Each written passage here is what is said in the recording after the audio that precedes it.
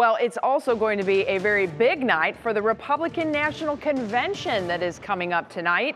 President Trump will be making his case to be reelected from the White House, which is an unprecedented move. Our Russ Mitchell, veteran of the convention beat, joins us now. And Russ, what can voters expect to hear tonight? Betsy, those who have seen the president's speech say it's basically Donald Trump's greatest hits, a sequel to his 2016 acceptance speech here in Cleveland, where he said, "I alone can fix it." The Associated Press has released some excerpts of the speech tonight. Let me read you a part of one. This is what the president is going to say tonight, in part.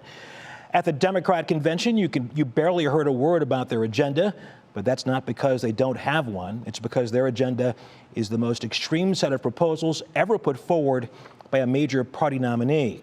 So not surprisingly, the president expected to go after Joe Biden very hard tonight.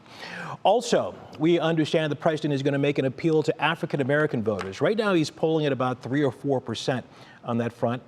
Yesterday, I spoke with longtime supporter of the president, Dr. Darrell Scott, the pastor of the New Spirit Revival Center, and I asked him, what does the president have to say to get more African-American votes? I think the messaging that President Trump has to do is to just repeat and reiterate the accomplishments that he already has: criminal justice reform, prison reform, historic funding for HBCUs, opportunity zones, and then let the Black community know that there are some other major initiatives that we're working on that are going to be very, very positive for the community. I would love to announce them tonight, but we're dotting the I's and crossing the T's, and I don't want to announce before the White House does.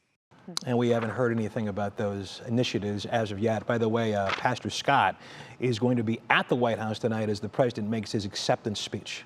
Well, we know it's all about the lineup. So who's speaking before the president tonight? Well, a number of folks, as you can imagine. This is the big night. Some of the key speakers tonight will include Housing and Urban Development Secretary Ben Carson, Senate Majority Leader Mitch McConnell, and the president's daughter and White House advisor Ivanka Trump, and the president's attorney Rudy Giuliani, of course, the former mayor of New York City. Interesting that the president is making this speech from the White House. As you said, this is unprecedented. Democrats say that's a violation of the Hatch Act. You're not supposed to do that, according to them, mixing politics with a campaign.